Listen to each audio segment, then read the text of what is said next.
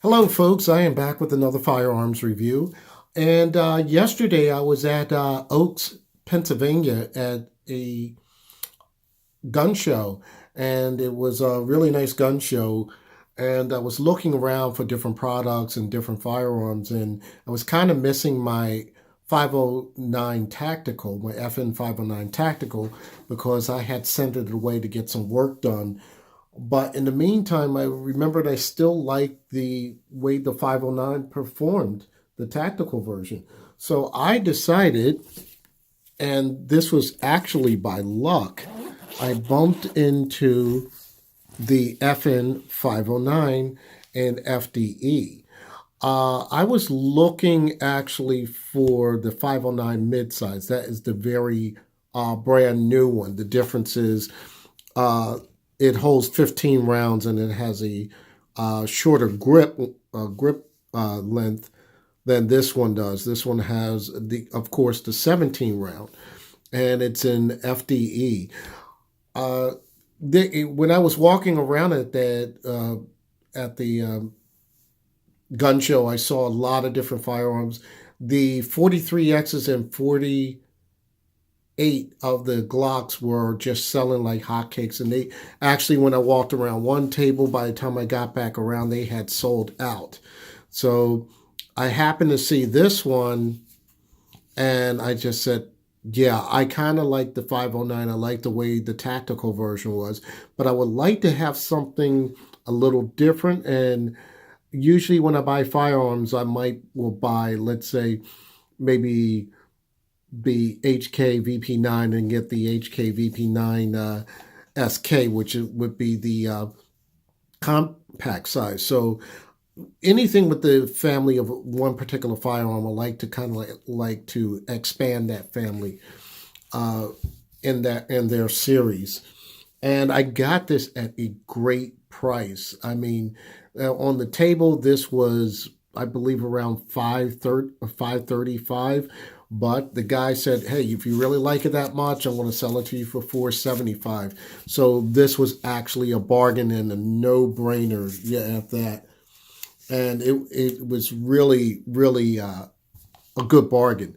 A good tip is if you're going to a gun show, go really on the last day sometimes, because sometimes vendors, they want to sell their products real quick and they don't want to lug all that equipment back.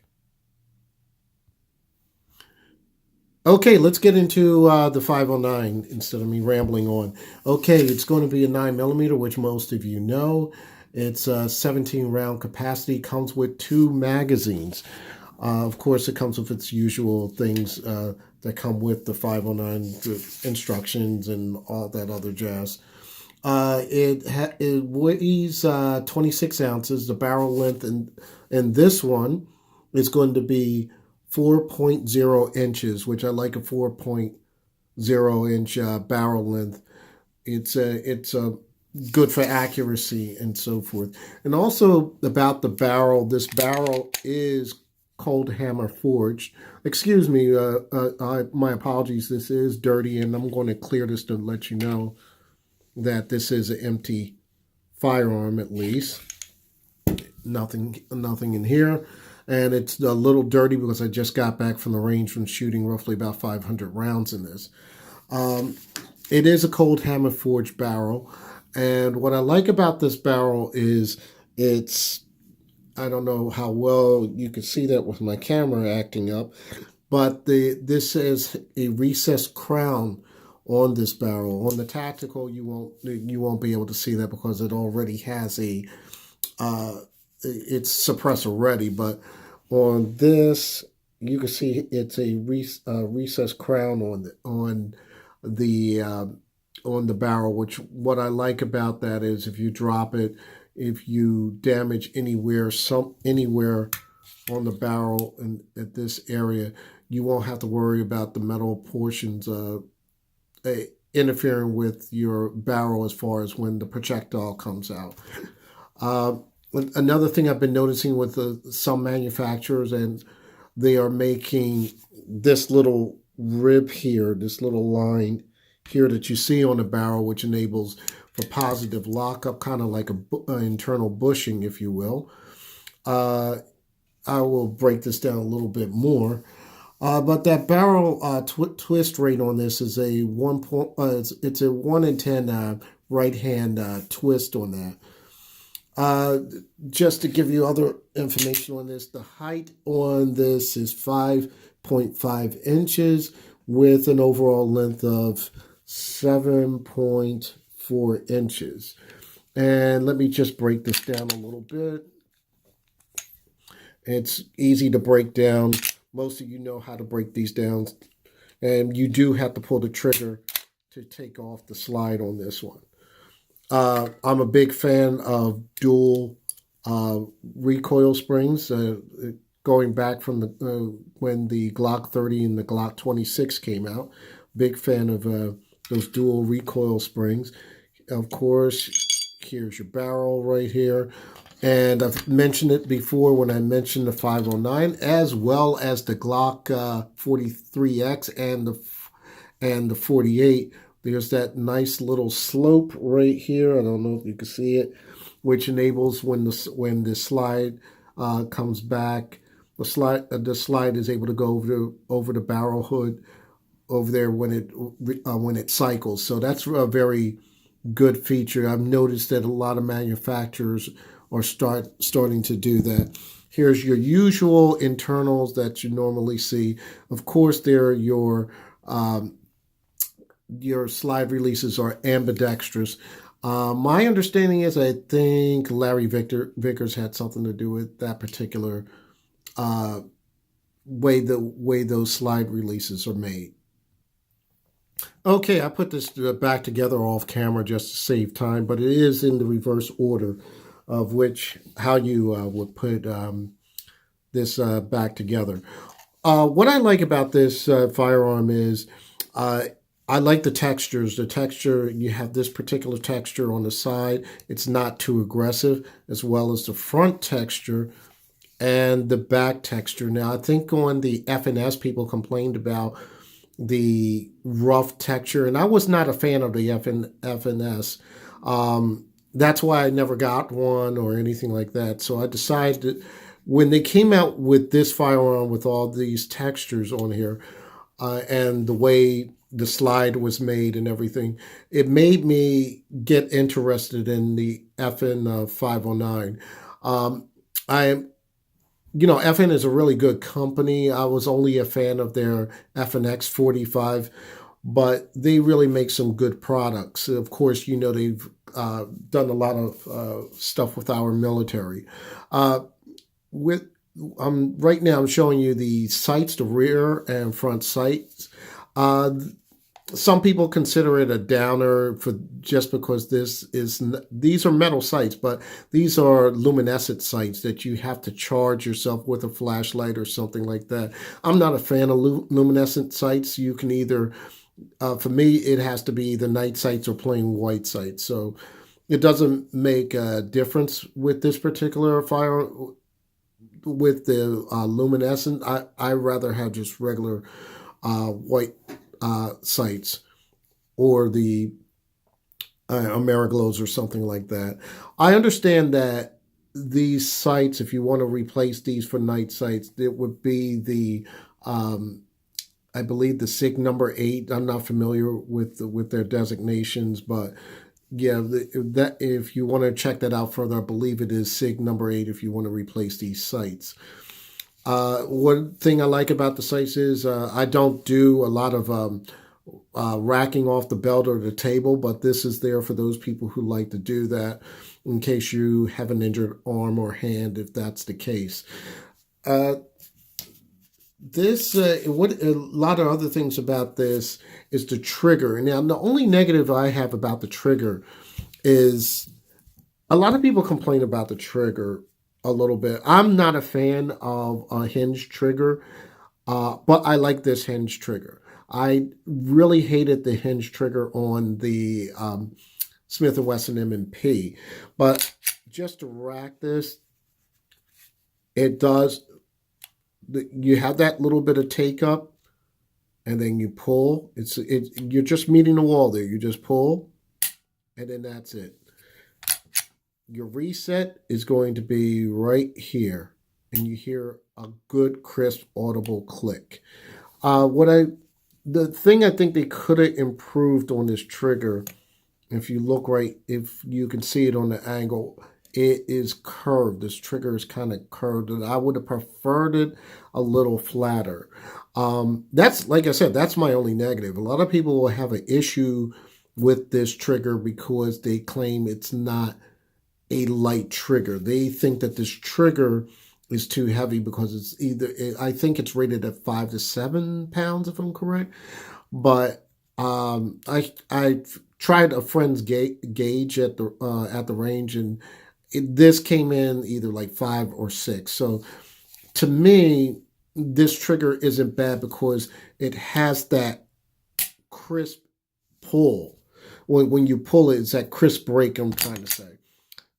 And then, like I said, there with the reset, it's very good. It's very audible, and I didn't mind shooting that trigger. It wasn't annoying.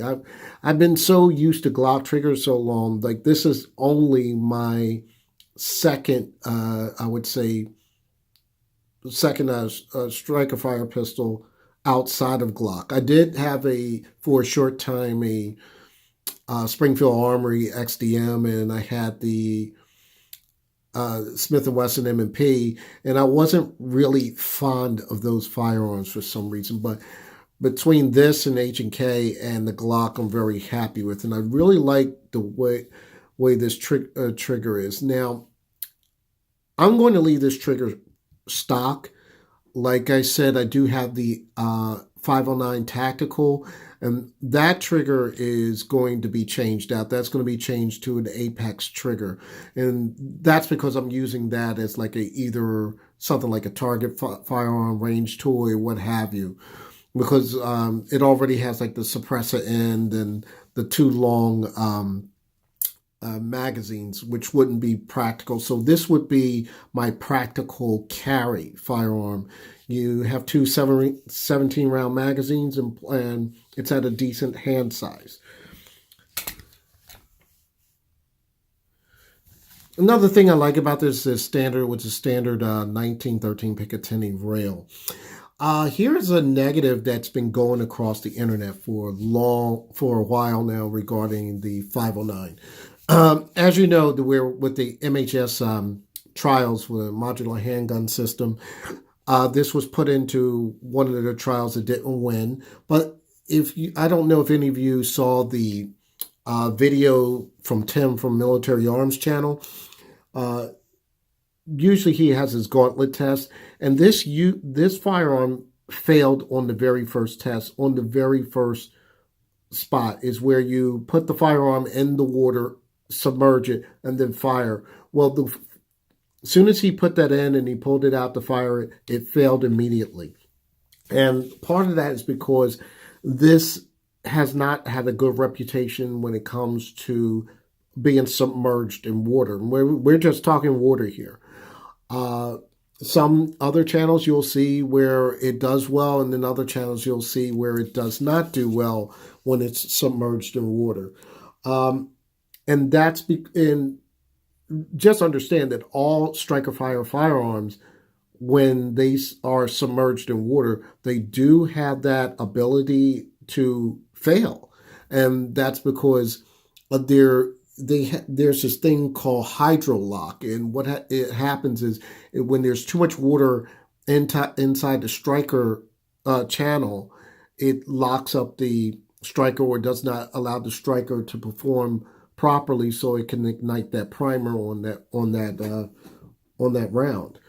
The Glock 19X has something called maritime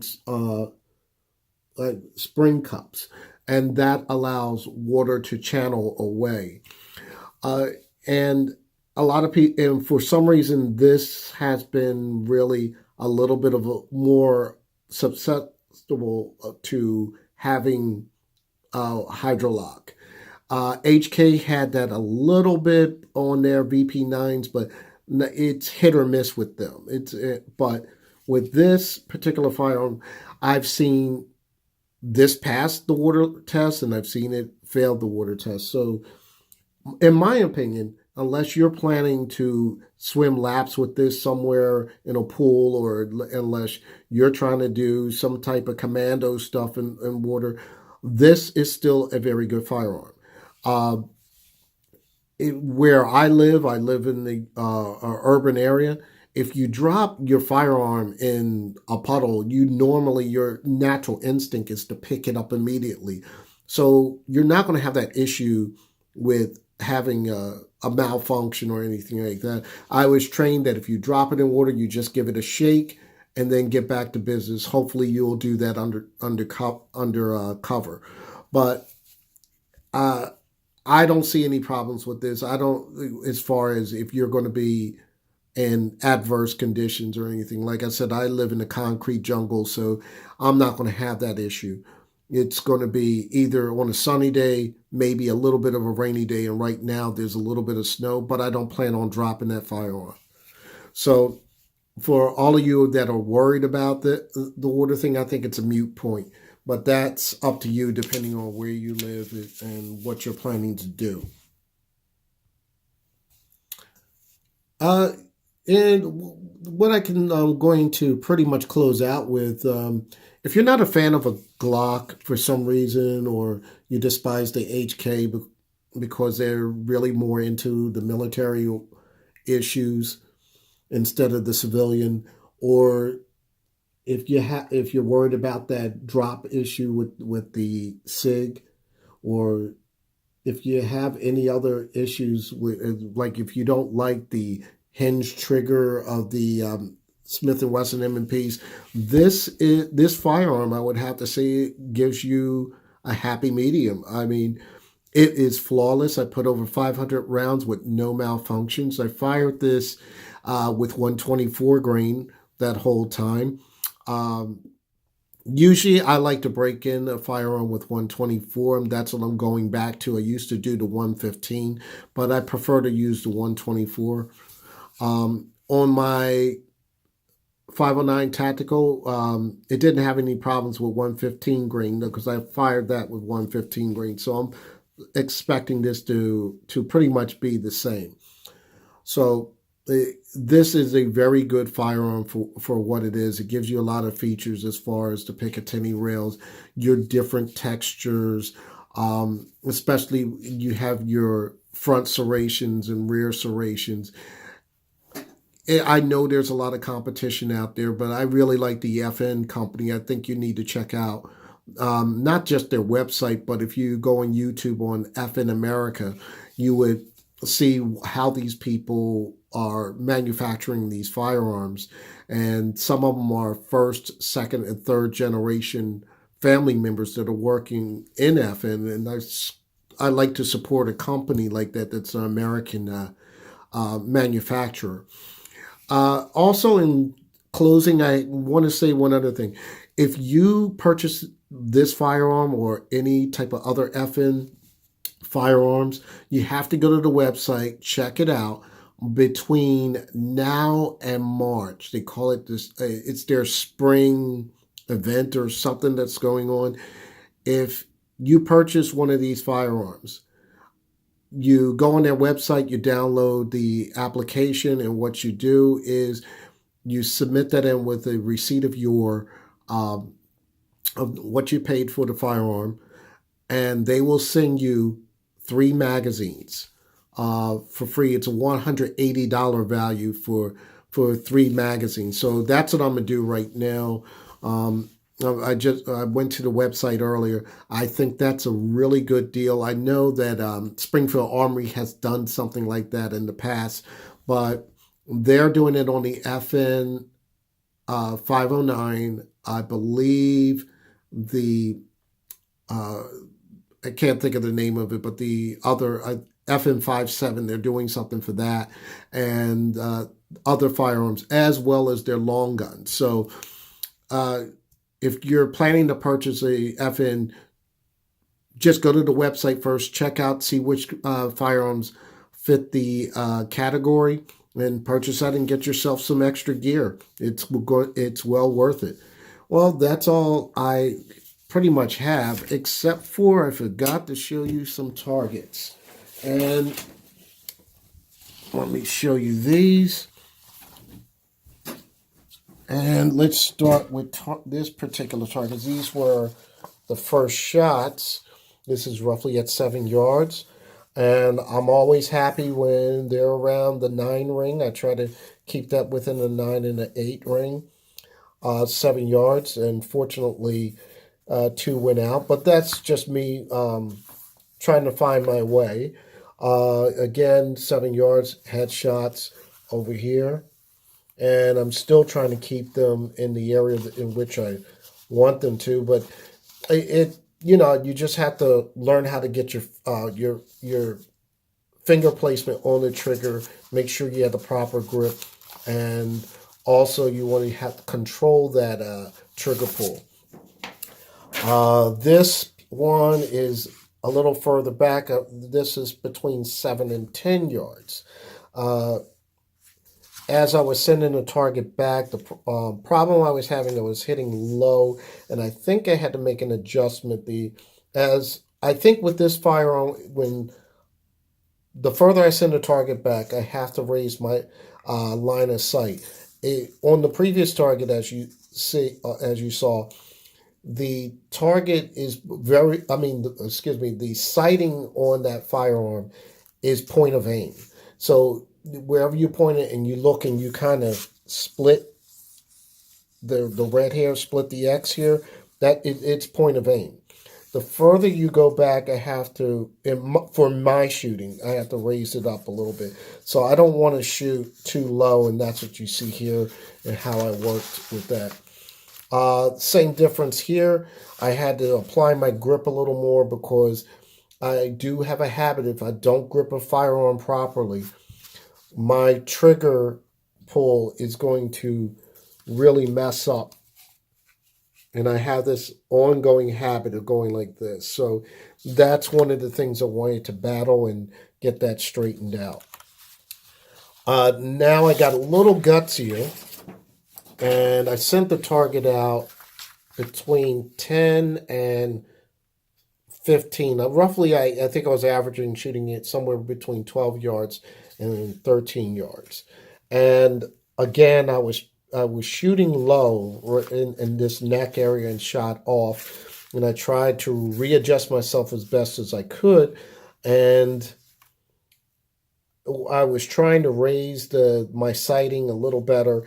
Again, I was split. I'm thinking right now I'm aiming at the black now. So that's where it was coming down. So it's a little bit of shot placement, a little bit of working up, but this firearm really works good at point of aim. At point of aim, this is a very, very good firearm, very accurate. Anybody tells you this firearm's not accurate, they're wrong. The FN does a very good job of making quality firearms, and this really is a very accurate firearm. When I fired an FNS some time ago, it didn't work out well. But with this is a really good firearm to buy.